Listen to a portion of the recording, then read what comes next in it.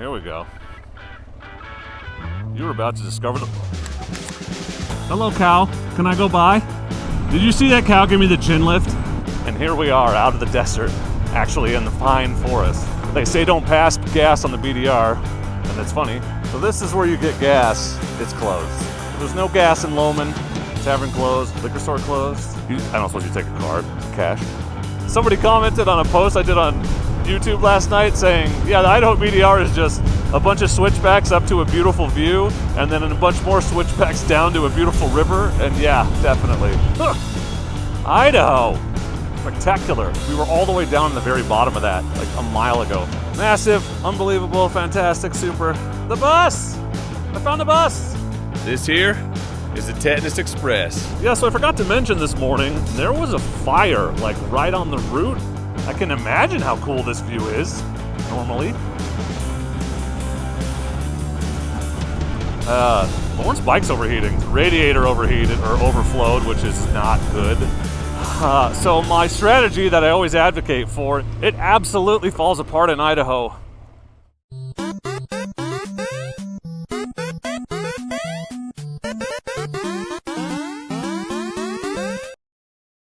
Good morning and welcome to day 5 of the Idaho BDR. Yesterday ended on kind of a down note because Lauren's Ducati is overheating. There's a split radiator hose and we're not really sure what the problem is. Tried patching the hose yesterday and didn't really seem to help. So there's something going on. Maybe something got damaged when he went down. We don't really know, but he's wisely made the decision to not try to continue to ride it on the BDR because, you know, if we get halfway through Lolo and it breaks down, we are 50 miles from anything. So he is just going to load it up on a U-Haul this morning and take it home and leave us. So Jeff and I are going to continue after we help him this morning. It's going to be kind of a late start. And so today we haven't quite finished section 5. But the rest of it's just highway up to Lolo. That's the end. So we're like 30 miles from there, I think. Maybe 40. I think we're going to lose about a whole day because of this whole thing. We lost maybe half a day yesterday. We would have gotten a lot farther. And this morning is going to be another half a day. It's probably going to be 11 before we can even get moving in the direction of the BDR. So I think, unfortunately, that's going to mean we don't finish the whole trip. Jeff doesn't have that much time, and frankly, I really should not be away from home that long, and it's not smart for me to continue on by myself, even though this route is not super difficult. Doesn't seem like there's a lot of awesome stuff on sections 8 and 9, but my goal is to make it to Wallace. That's where I-90 is. That'll be the easiest place to jump off and head home anyway. So we stayed here at the Traveler's Rest Inn. There's the afflicted Ducati, and then Jeff is just around the corner. I think his room is on the back side of that. So this is a nice little place. It wasn't horribly expensive.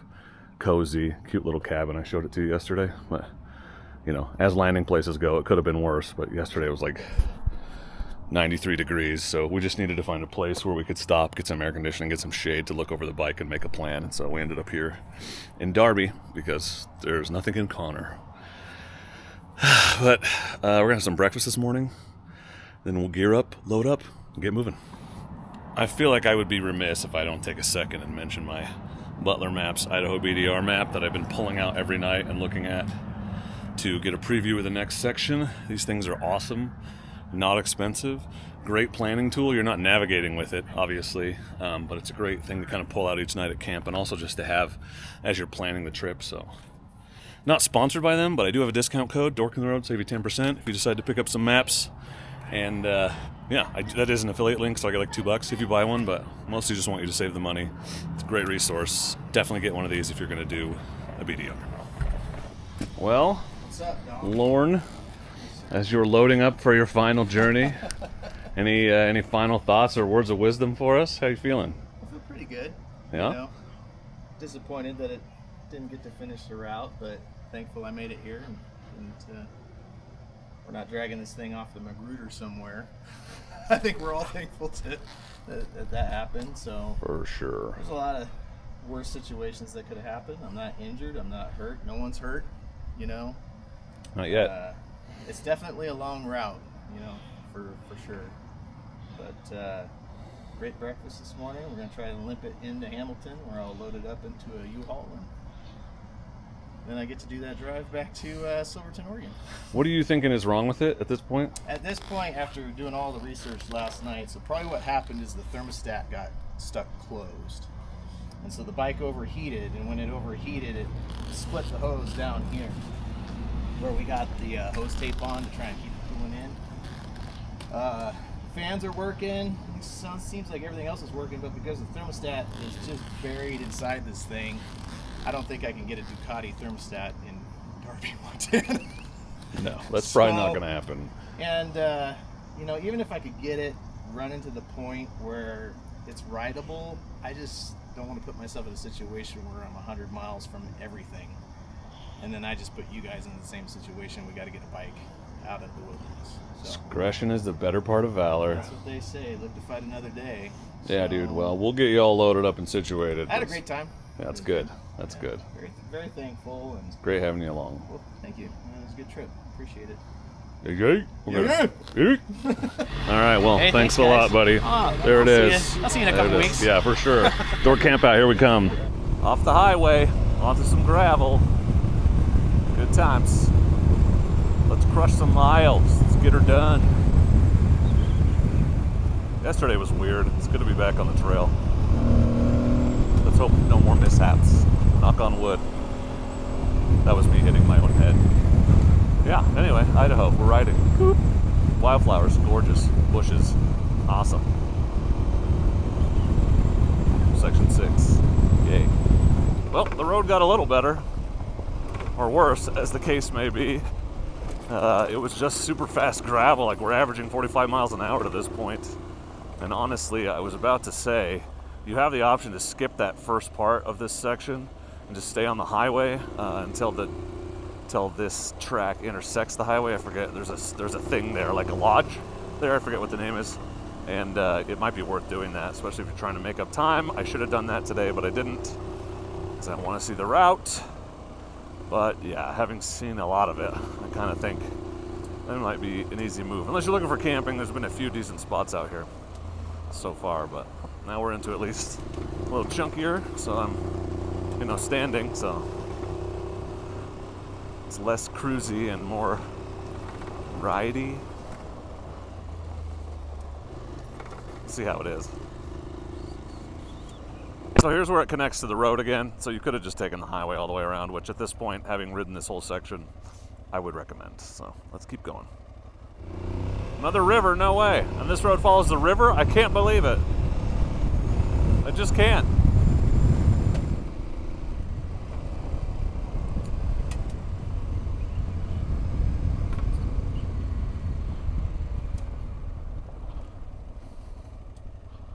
Here we go. You were about to discover the ground. That rock rolled right out from underneath me. Lolo Trail is a National Historic Landmark and on the National Register of Historic Places. No services for over 100 miles.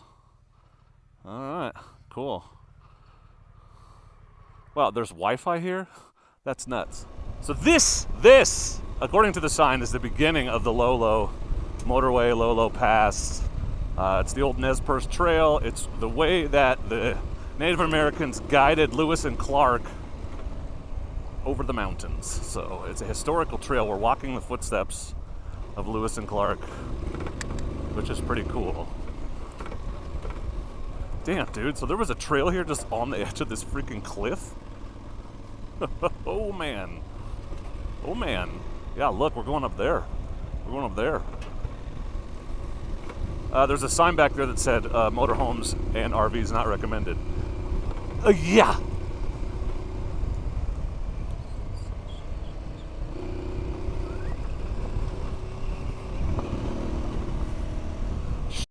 That's so cool. I gotta get a picture of this road. I just need to get a picture of this road. It's pretty awesome. Oh, I should also just definitely just shut the bike off so I crash. That's way more fun. This is Colorado-y, I'll give you that. That's what it looks like. It reminds me of Cinnamon Pass or something. Not as steep yet. But give it time.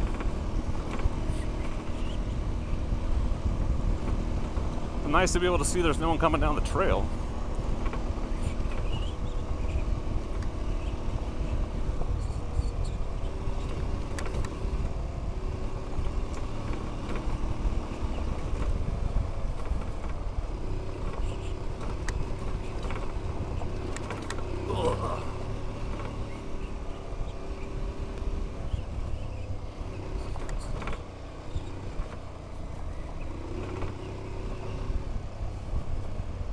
That's weird. Giant hole in the middle of the road.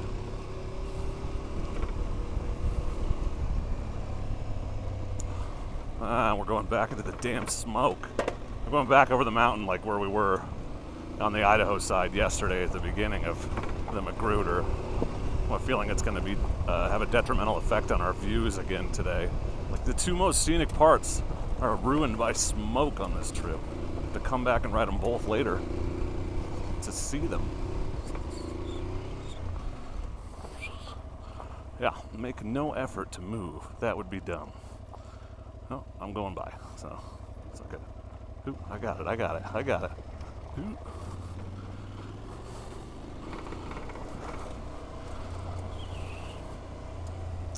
That was a Virginia plate, so I'm guessing they're not from around here.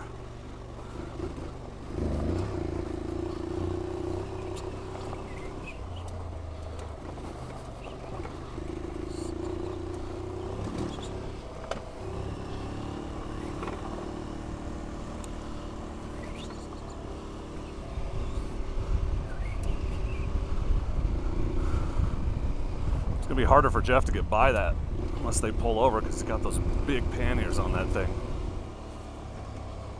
Yeah, that's rocky. That's rocky.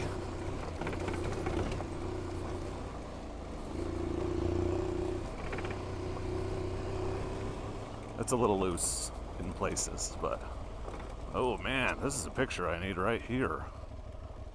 Oh my goodness, beautiful.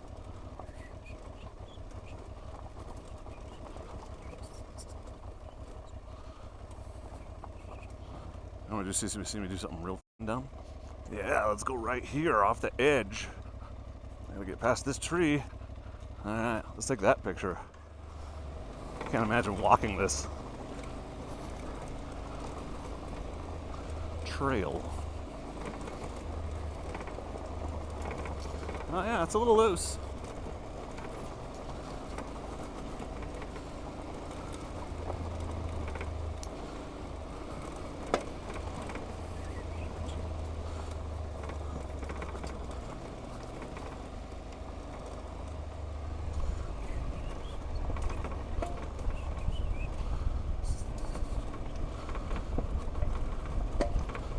Bink, bonk, bink. Clanging off that barely a skid plate. I wouldn't even call it that. It is a rock deflector though, so it's doing that at least.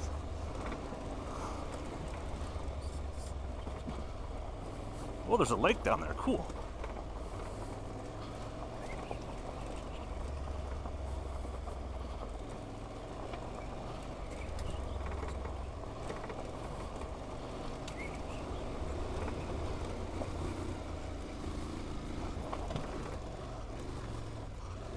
And a switchback and more rocks.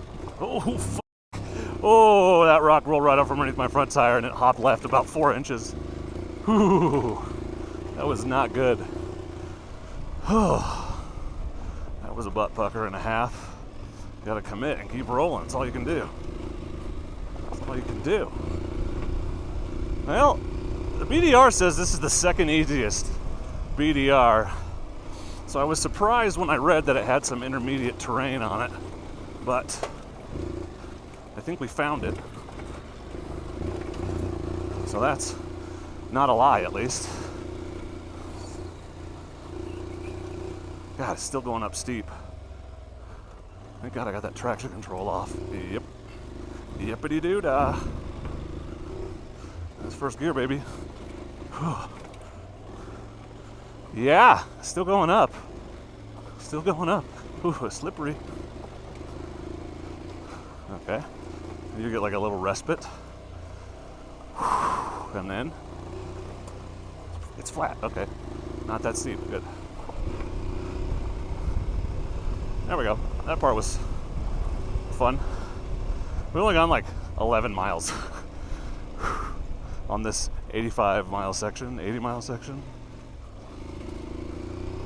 So I would say it's definitely more difficult than the Magruder at this point, for sure.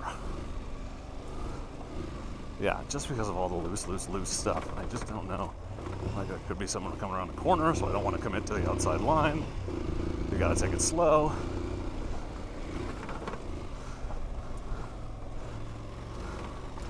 Jesus Christ.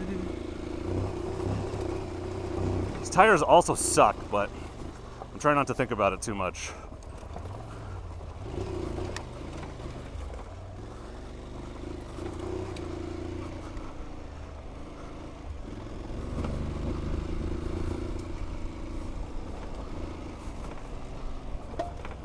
Yeah. See that sideways stuff? That's the tires being bad. I'm pretty impressed with the suspension on this Aprilia in here because I'm not getting a ton of deflections at all. It's just soaking it up. Rocks are rolling out from underneath the front, but suspension can't prevent that. But deflections, like it's not hitting rocks hard and trying to send me in one direction or the other. It's just eating it and letting me continue on my line, letting me track straight. And that is super helpful. So this is a great stock suspension on this bike. It's really good. I've heard that before, that this is, well, I'd sort of experienced it in Moab, but this is the first chance I've had to give it an extended test. Damn, dude. That's some rocks, bro.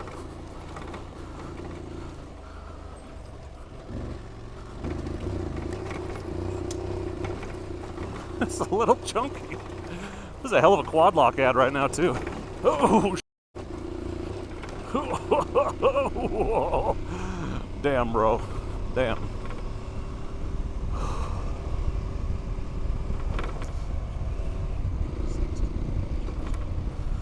Oh.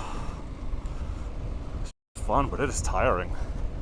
It's nice that it kind of smooths out for a while to give you a break, and then you hit another chunky uphill section. It's like interval training or something like that. What we got going here? Oh my god, more rocks? What?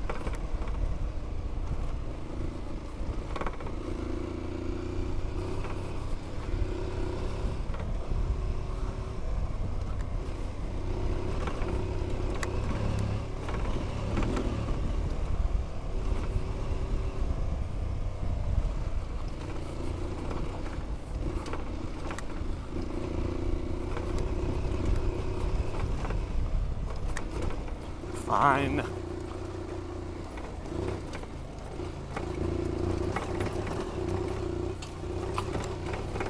Dude, Lauren would have hated this. He did not like the rocky sections on the Magruder, and this is way worse and way longer.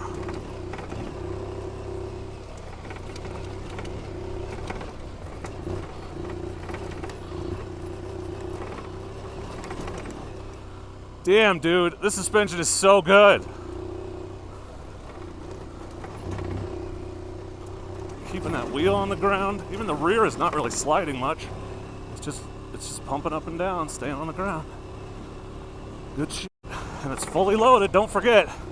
Not only with an overweight rider, there's probably 50 pounds of gear back there. Really impressive, Aprilia. Well done.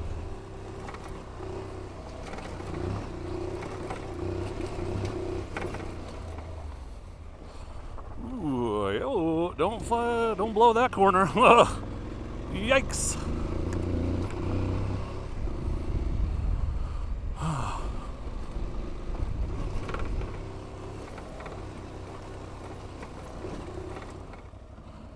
Indian Post Office. So this is where the Native Americans would like leave messages for each other and like mark that they'd been here and stuff. And it's not like a post office, it's just a pile of rocks. But it's like a marker point along the way. A lot of history right here. A lot of people for a long time. I bet the view's pretty good when it's not all smoky. Although, I bet they saw some smoke back in the day too. For sure. I hear our Tenere friends coming. We ran into them in Jarbidge, and then we just caught up to them here. So, bam, there they go. Teneres. It's the post office. Later, dude. I don't know if we'll catch them or not on the back end. Yeah, they're just like, screw it.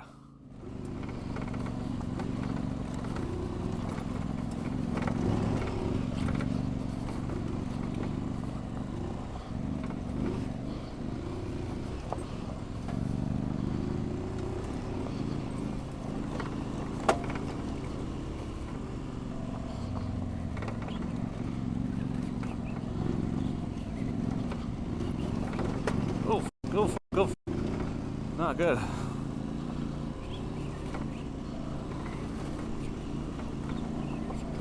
Yeah, that was not a great time to take my hand off the bars. But we survived.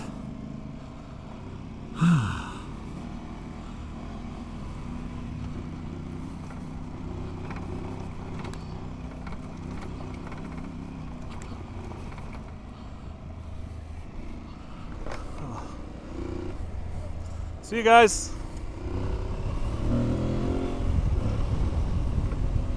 This is the most fun part of the whole route so far.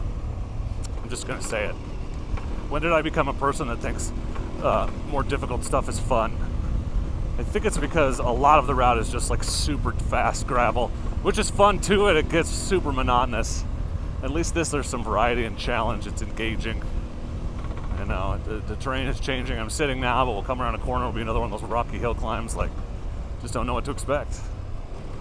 It's more interesting, for sure.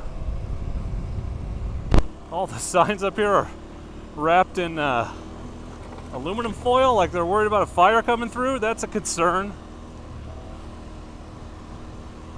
I think they'd close it if we were in any danger, but...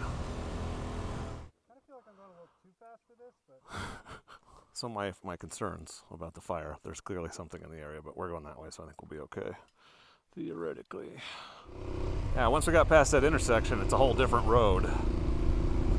So the hard part might be over. That was fun. Then I caught up to those guys, and they let me by, and then they were just riding my ass the whole way down. It was really fun, kind of just trying to go fast and blast down and stay ahead of them. Probably not the smartest thing I've ever done, but I was trying to be careful and make sure the corners are clear and stuff, but it's just fun to do that sometimes, to have a little friendly competition. So thanks for that, fellas. That was really fun. Now we're headed down the mountain to Pierce, theoretically. Houston, we have a problem. I just knocked my kickstand spring off, and the bike won't run because it's hanging down. So I can strap it up if I have to, but then I'll have to, I won't be able to stop without unstrapping it. So let's walk and see if I can find the damn thing. Did you find it? I did. It was all the way down there at the corner. That's a bolt that goes into the back of the kickstand, and it's broken. So that's not a trail fix. Just gonna have to use a rock strap or something to hold it up and ride, lean it up against trees. Because the kickstand switches. Maybe I can disable it in camp. Maybe there's a way, but I'm not gonna do it up here. I wish the electrician was still with us. Right? But no! Jeff is using a valet strap to hold it up because the kickstand switch will make it so. That's how I knew it came off, because it died if it hadn't. Oh, no shit. Yeah. I was freaking out, hoping. I was like, oh no, the engine! But no, kickstand switch is best case scenario there. Hey, it works! Good job, buddy! Maybe I can find it, figure out where the switch is. If I can get to the internet, I can look it up, and maybe I can rig something up with a zip tie or whatever, like I did on my 390. Have to take a look when we get back, but obviously I can't look it up right now, so just got to get back. Easy fix. It was on the side of the road, not even 10 minutes. So as mishaps go, it could have been a lot worse, and I have been pounding that thing pretty hard for the last 4 hours or so. I guess the loose rock is not done with us yet. Neither are the views. Idaho is unrelenting. No issues with the kickstand fix so far, so that's good. The strap's holding. I'll know immediately if it fails, because either the engine will die or that kickstand will plant in the ground and throw me off the bike, or both. That'll be fun. I don't know what it is about this section. Jeff and I just talked about it, but it feels like I'll ride really fast for what feels like 2 hours, and I look down and no miles have been ticked off. It just seems to go on forever, and it's like we're past the super exciting part. I get a cool view once in a while, and some rocky, chunky stuff, which at this point I'm becoming tired of today, but it just doesn't seem to end. So technically there's 20 miles left. till we get to Pierce. And you know, all my grand plans of, again, I just have greatly underestimated how much time it was going to take to do every section of this. So pretty wiped out again. It's 5 o'clock. Admittedly, we got a late start, so if we'd gotten out at 8, we'd have been able to finish this at like 3.